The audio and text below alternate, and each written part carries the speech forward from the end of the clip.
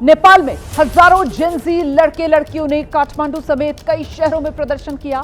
ये लोग social media पर बैन, भ्रष्टाचार और आर्थिक मंदी के खिलाफ प्रदर्शन कर रहे थे। प्रधानमंत्री केपी ओली की सरकार ने 4 सितंबर को social media platforms Facebook, Instagram, YouTube, WhatsApp, Reddit, x जैसे 26 सोशल मीडिया ऐप्स हैं जिन पर बैन लगाया था। काठमांडू में हो रहा है भारी हंगामा और बवाल। सोशल मीडिया पर प्रतिबंध के बाद ये हंगामा आपके सामने है। भ्रष्टाचार और आर्थिक मंदी के खिलाफ भी अब युवा सड़क पर उतर आए, लेकिन जो ट्रिगर पॉइंट है वो सोशल मीडिया पर बैन ही रहा। तो 26 सोशल मीडिया ऐप्स जिन पर सरकार ने प्रतिबंध लगाया और उसके बाद युवाओं का गुस्सा ऐसा फूटा कि देखिए सड़क पर उतरे हुए हैं बड़ी तादाद में नेपाल में युवा। काठमांडू में भारी हंगामा हो रहा है, बवाल हो रहा है, विरोध प्रदर्शन सरकार के खिलाफ, सरकार के फैसलों के खिलाफ, भ्रष्टाचार और आर्थिक मंदी के खिलाफ।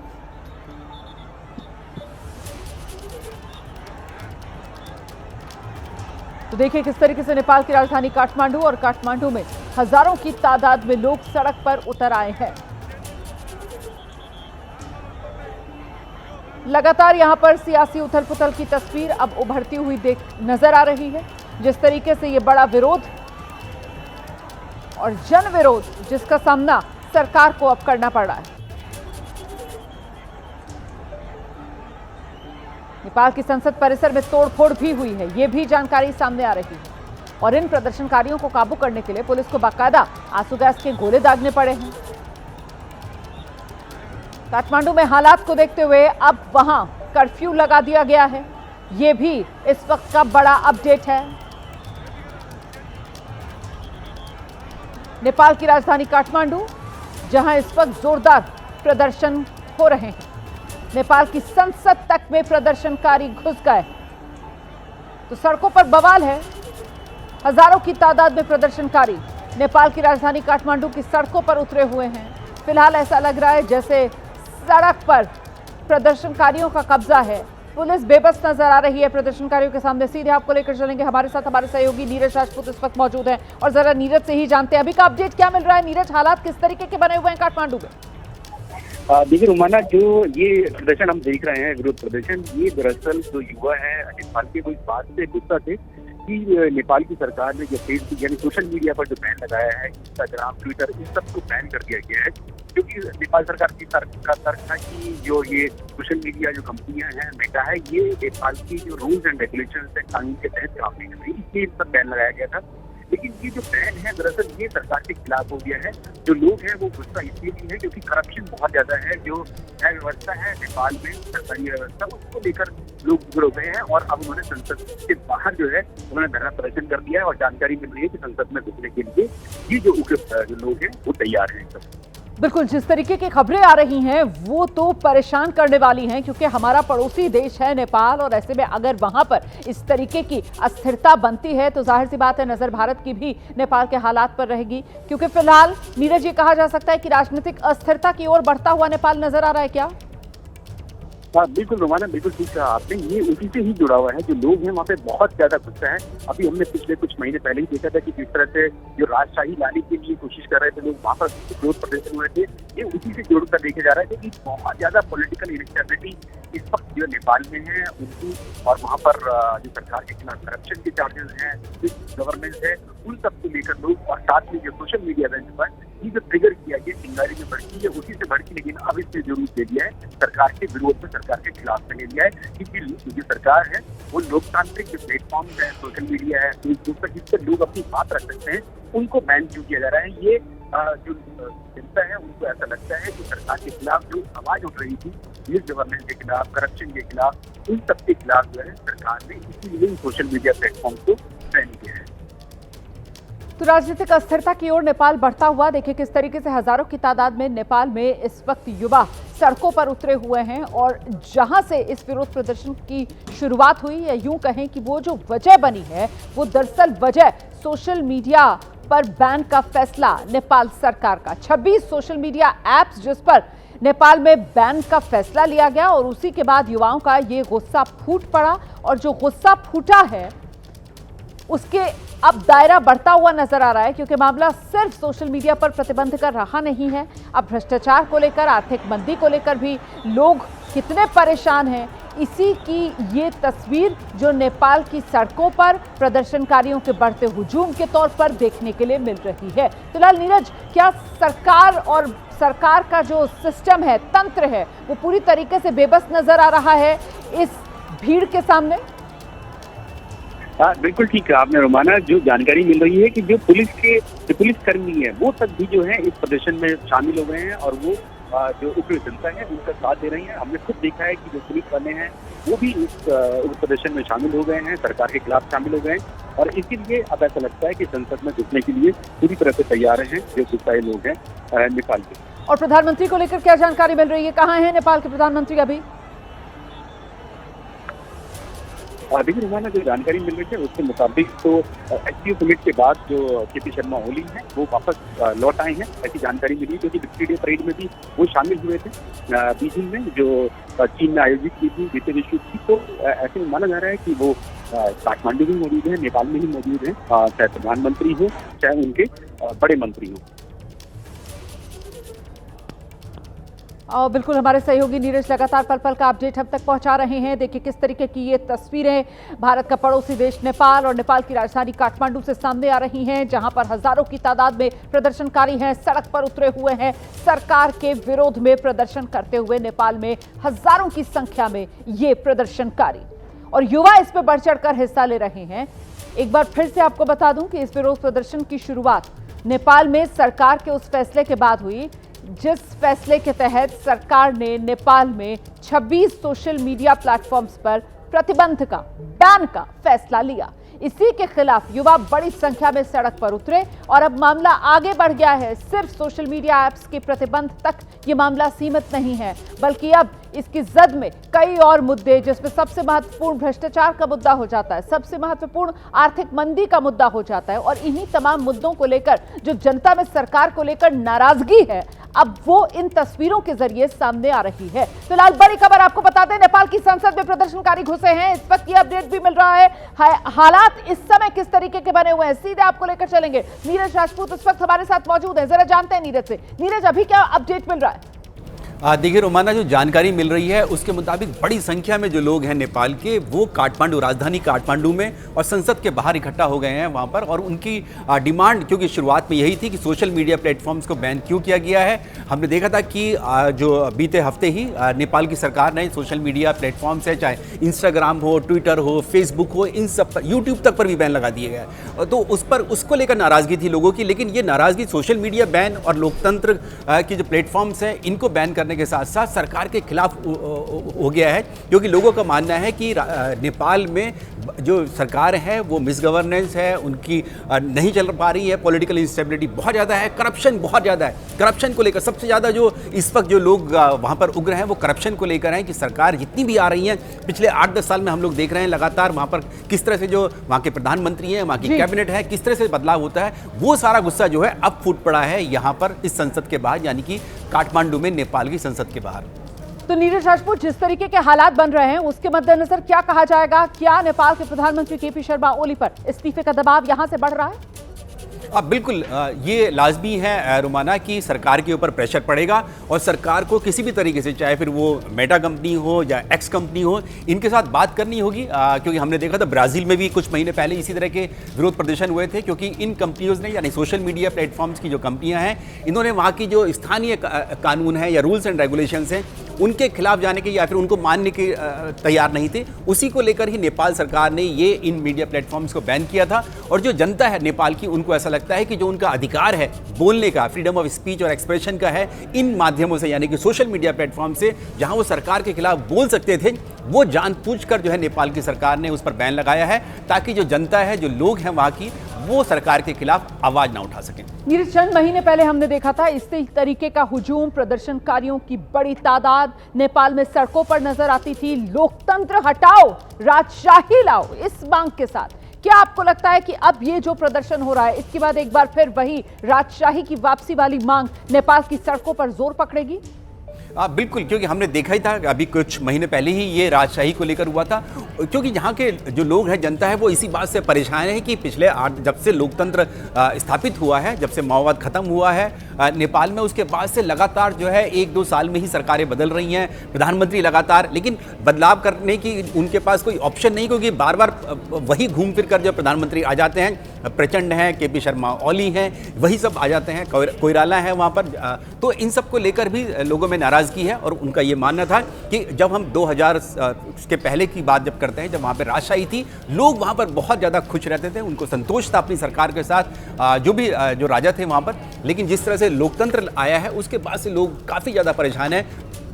इंटरनेशनल यानी कि जो फॉरेन इंटरफेरेंस की बात भी बहुत ज़्यादा लोग इस बात को लेकर करते हैं कि नेपाल की सरकारें जो हैं वहाँ पर, हो चाहे चीन हो या दूसरे बड़े देश हो, उनके हाथों में कठपुतलियों की तरह नाचते हैं। इसीलिए जो है लोगों का गुस्सा इस वक्त हम देख रहे हैं, पहले राजशाही के लिए उतरा था काठमांडू में, और अब जो है ये सोशल मीडिया प्लेटफॉर्म्स के जरिए बैन करने के लिए ये लोग जो है उतर आए हैं सड़कों पर। क्या केपी शर्मा ओली पर इस्तीफे का दबाव बढ़ रहा है? इस्तीफा दे सकते हैं क्या?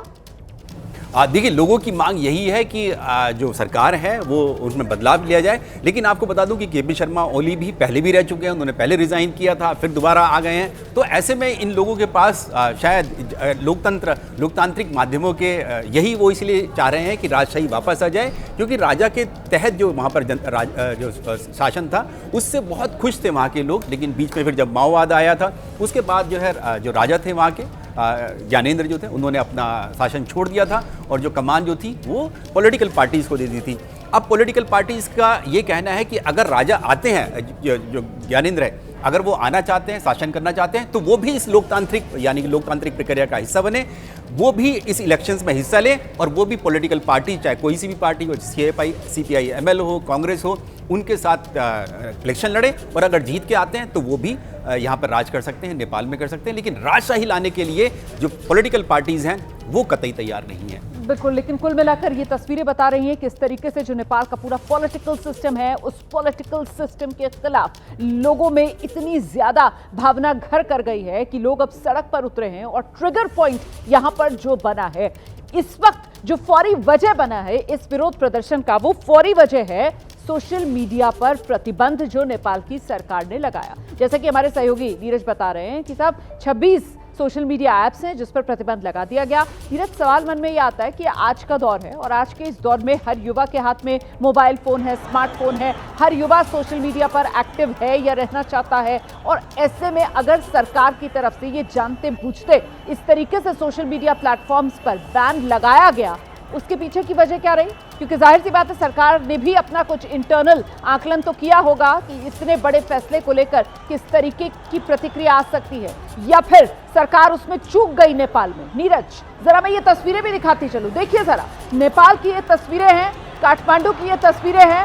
काठमांडू संसद भवन में घुसने के लिए आप देखिए कैसे हजारों की तादाद में प्रदर्शनकारी हैं। और क्योंकि सीधे धावा ये प्रदर्शनकारी संसद भवन परिसर में बोल रहे हैं, मतलब सीधे सीधे जो नेपाल का पॉलिटिकल सिस्टम है उसी को लेकर इन प्रदर्शनकारियों में नाराजगी है, गुस्सा है। और इसी वजह से ये बड़ी तादाद प्रदर्शनकारियों की जो इस वक्त सड़कों पर उतरी हुई है और कुछ भी कर गुजरने को उतारू है।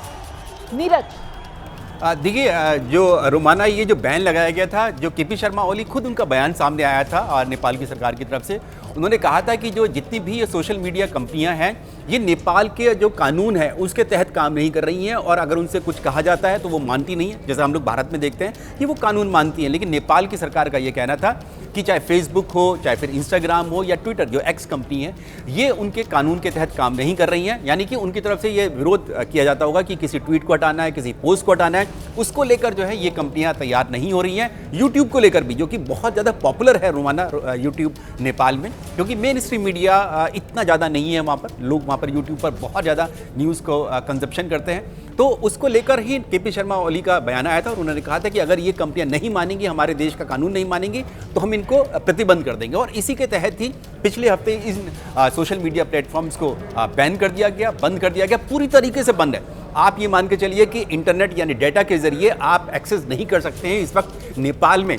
जितनी भी, चाहे आप इंस्टाग्राम हो, फेसबुक हो, ट्विटर हो, यूट्यूब हो, जो main stream social media platforms है, जैसा आपने बताया करीब 1.5 दर्जन से भी ज़्यादा, 20 से भी ज़्यादा ये सोशल मीडिया प्लेटफॉर्म्स हैं, जिनको बैन किया गया है। तो अब लोगों का ये कहना है कि आपने जो ये सोशल मीडिया प्लेटफॉर्म बैन किए हैं, दरअसल आप लोगों की आवाज़ बंद करना चाहते हैं। जो लोग जो है यानी जनता जो है वो सरकार के खिलाफ अगर कोई बात कहना चाहती है, उनके खिलाफ कोई आवाज़ उठाना चाहती है, इसलिए बंद किया गया है, ना कि कंपनियां आपका कानून नहीं मान रही हैं, इसलिए आपने ये बैन किया है। इसी को लेकर ये विरोध प्रदर्शन था और इसकी जानकारी रोमाना पहले से थी। जो वहाँ के जो लोग हैं, जो युवा हैं, एक तरीके से ये कहा जाएगा नीरज राजपूत कि जो सरकार है, जो लोकतांत्रिक सरकार होने का दावा करती है, उसको लेकर नेपाल के लोगों में आक्रोश इस बात का है कि ये सरकार लोकतांत्रिक नहीं है, नेपाल में सरकार तानाशाही वाली, ये लोगों के मन का भाव है और इसी वजह से लोग सड़कों पर उतरे हैं। जिस तरीके से नेपाल में सरकार ने सोशल मीडिया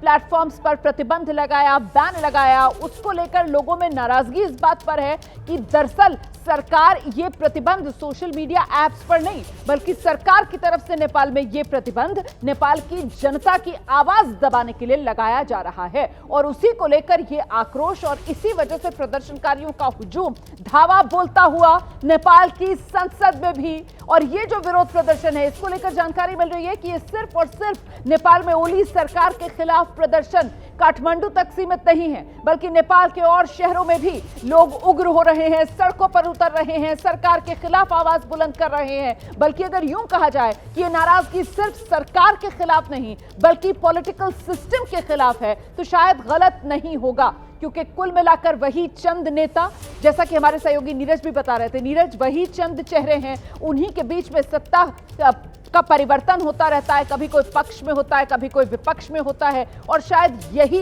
वजह है कि निराशा नेपाल के लोगों में इतनी घर कर गई है कि अब वो सड़क पर आक्रोश के तौर पर दिख रही है। नीरज, बिल्कुल ठीक कहा आपने, क्योंकि इससे पहले भी हमने देखा था जब डिलिमिटेशन हुआ था, वहाँ पर नेपाल में हुआ था, उस वक्त भी लोगों का गुस्सा था। तो उनका लोगों का यही कहना है, जनता का यही कहना है कि आपसे जो है गवर्नेंस नहीं हो रहा है, आपसे राज नहीं हो रहा है, शासन आप ठीक से नहीं कर पा रहे हैं और इसी का नतीजा होता है। क्योंकि हमने देखा पहले स्टिंग ऑपरेशंस की भी आपने भी सुना होगा कि कितने स्टिंग ऑपरेशन सामने आए थे, कि प्रधानमंत्री तक का भी स्टिंग ऑपरेशन सामने आ गया, जिसमें जो चीनी दूतावास शामिल है। तो लोगों का गुस्सा इसलिए भी है कि ये जो सरकार है, जो नेपाल की सरकार बन रही है, जिनको लोग चुनकर भेजते हैं, लोकतांत्रिक तरीके से भेजते हैं, ये दरअसल ये जो इंटरनेशनल यानी कि जो फॉरेन जो गवर्नमेंट्स हैं उनके तहत काम करती हैं, क्योंकि ये कॉम्प्रोमाइज हो जाते हैं। करप्शन यहाँ पर बहुत ज़्यादा है।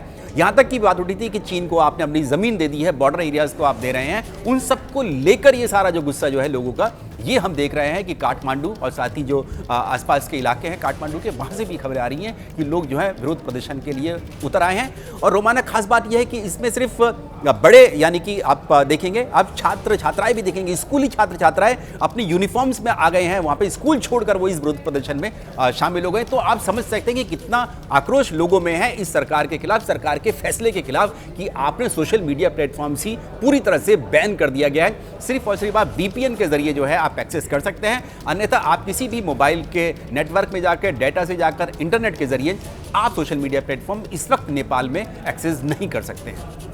बिल्कुल सही कह रहे हैं। देखिए, जो प्रदर्शनकारी हैं उसमें बड़ी तादाद में जो युवा हैं उनका हुजूम देखने के लिए मिल रहा है और हम सब जानते हैं किस तरीके से किसी भी देश का भविष्य उसके युवाओं के साथ जुड़ा होता है। और अगर युवाओं में भी अविश्वास पैदा हो जाए अपनी ही सरकार को लेकर, तो फिर उस सरकार का सत्ता में बना रहना ये नामुमकिन सी बात लगती है। और फिलहाल विरोध प्रदर्शन बढ़ता हुआ नेपाल में न सिर्फ काठमांडू तक बल्कि नेपाल के अन्य शहरों में भी इस विरोध की आग अब बढ़ती हुई नजर आ रही है। नीरज, बिल्कुल, देखिए कितनी बड़ी संख्या में, हजारों की तादाद में ये ऐसा लगता है कि काठमांडू की पूरी सड़कें घिर चुकी हैं। मैं खुद देख चुका हूँ जहाँ पर संसद है उनकी, वहाँ पर तो ये बिल्कुल बीचों बीच है। काठमांडू शहर के जो कैपिटल है नेपाल की, वहाँ पर यह बीचों बीच संसद है और उसको पूरा घेर लिया गया है। और इसके करीब ही जो उनका पुराना पैलेस है, जो राजा का पैलेस है, वो वहीं पर है। तो इस पूरे इलाके को पूरा घेर लिया गया है। संसद के अंदर घुसने की तस्वीरें हम लोग साफ देख पा रहे हैं कि वहाँ पर घुस चुके हैं लोग, घुस चुके हैं। और इतनी बड़ी संख्या में लोग इसलिए आ गए, पहले से रोमाना ये पहले से तय था कि सोमवार को विरोध प्रदर्शन होना है, काठमांडू में होना है, लेकिन रोका इसलिए नहीं गया क्योंकि जो सुरक्षाकर्मी हैं, जो पुलिस है, वो भी कहीं ना कहीं इस बात को के लिए मानते थे और हमने देखा कि पुलिस जो वर्दीधारी हैं वो भी इस विरोध प्रदर्शन में शामिल हो गए हैं। इसीलिए इतनी बड़ी संख्या में, हजारों की संख्या में लोग जो हैं काठमांडू की सड़कों पर आ गए हैं और सरकार के खिलाफ और संसद में घुसने के लिए तैयार हैं। और उनकी डिमांड पहले से ही थी कि राजशाही आप वापस लेकर आइए, हम राजा के अंतर्गत जो है शासन में रहना चाहते हैं, ना कि हम इस लोकतांत्रिक सरकारों की जो कि पूरी तरह से भ्रष्ट हैं। और बिल्कुल ठीक कहा आपने कि वहाँ पर आर्थिक हालात भी जो हैं वो नेपाल के इस वक्त ठीक नहीं है। जो टैरिफ्स लगाए गए हैं अमेरिका के द्वारा लगाए गए हैं वो नेपाल पर भी लगाए गए हैं। बिल्कुल नीरज, अगर ये तस्वीरें जो फिलहाल नेपाल काठमांडू से सामने आ रही है, इसके दायरे को हम बढ़ाएं और पिछले कुछ साल में देखें, अपने आस पड़ोस में अगर देखें हम, तो किस तरीके से श्रीलंका, वहां पर हमने देखा था इसी तरीके से जनता सड़कों पर उतरी थी। वहां पर जो राष्ट्रपति का आवास था उसमें प्रदर्शनकारी घुस गए थे। इमरान खान के समर्थकों को हमने पाकिस्तान में देखा था, बड़ी तादाद में वो सड़कों पर उतरे थे और उन्होंने पाकिस्तान में जो आर्मी के बड़े अधिकारी हैं उनके आवासों को टारगेट किया था। हमने पिछले समय बांग्लादेश में देखा किस तरीके से हुजूम सड़कों पर उतरा और उसने तब की वहां की सरकार शेख हसीना उनको टारगेट किया। और अब ये तस्वीरें जो नेपाल से आ रही हैं, मतलब एक तरीके से ये जो अनरेस्ट है वो साउथ एशिया में कैसे रह रहकर पनपता है अलग अलग देशों में, उसकी एक वानगी के तौर पर भी यहां पर नजर आता है। और कहीं ना कहीं वजह वही भ्रष्टाचार, आर्थिक मंदी और साथ ही साथ विदेशी हस्तक्षेप, यही वो तमाम मुद्दे होते हैं जिसको लेकर इस तरीके का उबाल देशों में देखने के लिए मिलता है। नीरज, बिल्कुल, आपने बिल्कुल ठीक कहा कि जो इस वक्त जो भारत के आसपास जितने भी पड़ोसी देश हैं, बहुत अस्थिरता का माहौल उन देशों में है, चाहे आप नेपाल हो, चाहे आप श्रीलंका हो, पाकिस्तान में हम लोग देख चुके हैं किस तरह के हालात बने थे वहाँ पर।